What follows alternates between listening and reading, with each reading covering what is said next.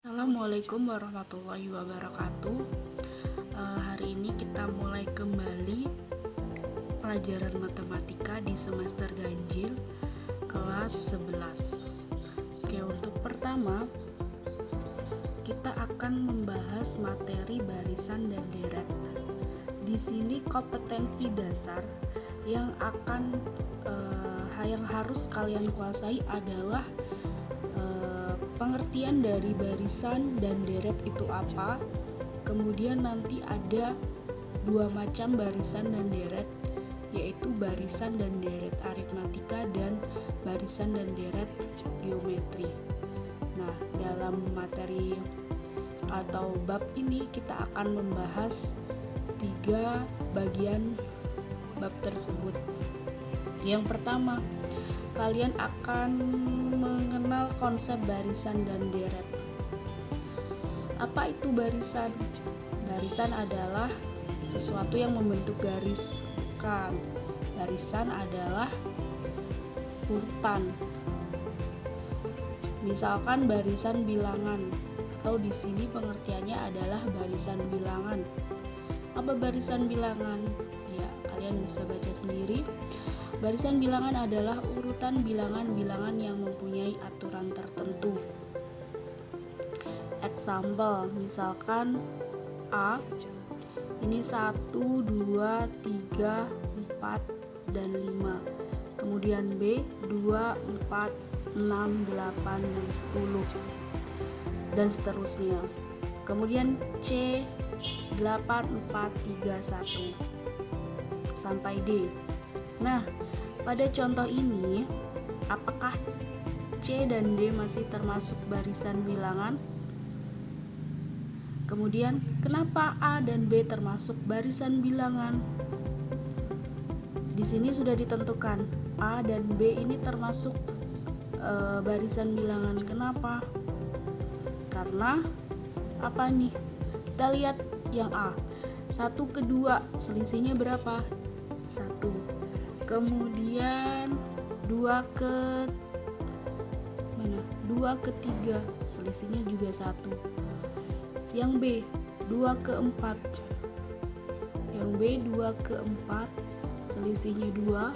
4 ke 6 juga selisihnya 2. Kemudian yang C kita lihat 8 ke 4, selisihnya berapa? Selisihnya 4. Kemudian 4 ke 3, selisihnya berapa? 1.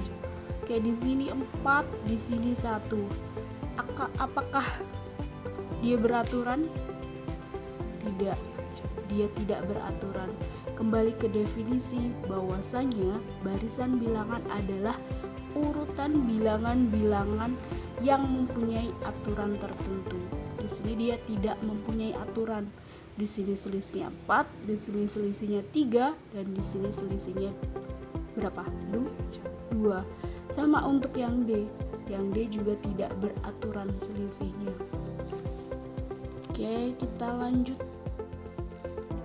ke slide selanjutnya. Di sini dikatakan bahwasanya tiap-tiap bilangan pada barisan bilangan disebut suku. Tadi yang contoh awal berarti 1, 2, 3, 4, dan 5 itu termasuk suku. 1 suku pertama, 2 suku ketiga, dan 3 suku keempat. Sama, dia berlaku juga untuk yang B. 2 suku pertama, 4 juga suku kedua. Oke, balik lagi ke slide-nya. Suku pertama dilambangkan dengan U1 atau A. Nama dari suku pertama maksudnya itu U1 atau namanya A. Kemudian suku kedua dilambangkan dengan U2. Suku ketiga dilambangkan dengan U3. Kalau suku kelima ya U5. Kemudian kalau sukunya ke N ya berarti UN. Dengan apa? Dengan N itu anggota bilangan asli. Kita ke contoh. Contoh 1. Barisan bilangan 1, 3, 5, dan 7 dan seterusnya. Maka Kalau ditanya U1 berarti 1. Kemudian di situ U2-nya diketahui 3, kemudian U3-nya diketahui 5. Kalau kalian tulis kembali, di situ membentuk pola. Polanya seperti apa? Ya, seperti nih, 2 dikali 1 dikurang 1, hasilnya 1. Pola ini selalu sama polanya. Yang beda itu adalah ininya. 1, 2, 3, 4 sampai N. Nah, kalau ditanya berapa jumlah suku ke N ya, maka jawabnya adalah UN sama dengan 2 dikali N-1. N-nya ini nanti yang dia berlanjut, atau kalau ditanya U10 N-nya sama dengan 10, berarti 2 dikali 10 dikurang 1. 2 kali 10 20 dikurang 1 19. Berarti suku ke-10 adalah 19. Oke, sama untuk contoh kedua. Contoh ketiga, tentukan 3 suku pertama suatu barisan yang rumus suku ke N-nya UN sama dengan 3N kuadrat min 2. Di sini diketahui UN-nya sudah diketahui, yaitu 3N kuadrat min 2. Yang ditanya apa? 3 suku pertama. Suku ke-1 U1, suku kedua U2, suku ketiga U3. Tinggal masukkan rumusnya. Berarti 3N kuadrat min 1. Kalau U1 berarti N-nya diganti dengan 1. Kemudian dihitung hasilnya 1 dan seterusnya. Oke, untuk contoh yang paling bawah, contoh yang paling bawah ini, hitunglah N jika UN 3N plus 3 sama dengan 30. Dia yang dicari berapa N-nya, yang hasilnya 30. 3N sama dengan plus 3-nya pindah ruas, jadi kalau plus pindah ruas jadi min. 3 pangkat N sama dengan 27. 3 pangkat N sama dengan 3 pangkat berapa yang hasilnya 27. 3 pangkat 3, berarti ini N-nya 3. Sama untuk soal yang B. Kemudian kita lanjut ke deret. Tadi kita tahu bahwasanya barisan bilangan adalah urutan barisan atau urutan bilangan yang mempunyai aturan tertentu. Sekarang deret. Apa itu deret? Deret adalah jumlah seluruh suku-suku dalam barisan dan dilambangkan dengan SN. Jumlah seluruh suku-suku. Contohnya, kalau jumlah berarti tandanya plus atau tambah.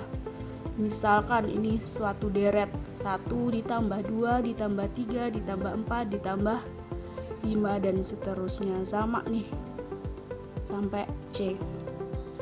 Kemudian di sini ada pertanyaan, apakah deret juga punya aturan tertentu sama seperti pada barisan? Apakah deret juga punya aturan tertentu sama seperti pada barisan? Gini deh, simpelnya.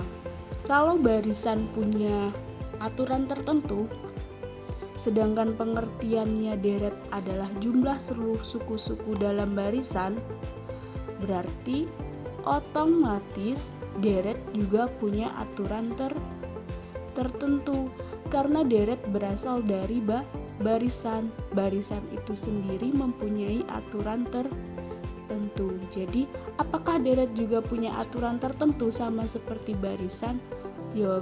Jawabannya adalah iya. Jawabannya iya. Oke, untuk contohnya, diketahui suatu deret 1 plus 3 plus 5 plus 7 plus dan seterusnya. Tentukan jumlah dua suku yang pertama. Jumlah dua suku yang pertama. Tadi udah belajar kalau U1 itu yang di sini itu 1. Kita ketahui bahwa U1-nya 1. U2-nya 3. Yang ditanya jumlah dua suku pertama ya, U1 dan U2. 1 dan 3. 1 tambah 3, 4. Kemudian yang B, jumlah 5 suku pertama. Berarti U1 tambah U2 tambah U3 tambah U4 tambah U5. Oke, di sini ini deret apa? Atau barisannya seperti apa selisihnya? Ini selisihnya 2, ini selisihnya 2, dan ini selisihnya 2. Berarti kalau ke sini ya tinggal 7 ditambah 2, 9, berarti U5-nya 9. Jadi 1 ditambah 3 ditambah 5 ditambah 7 ditambah 9 sama dengan 25. Nah,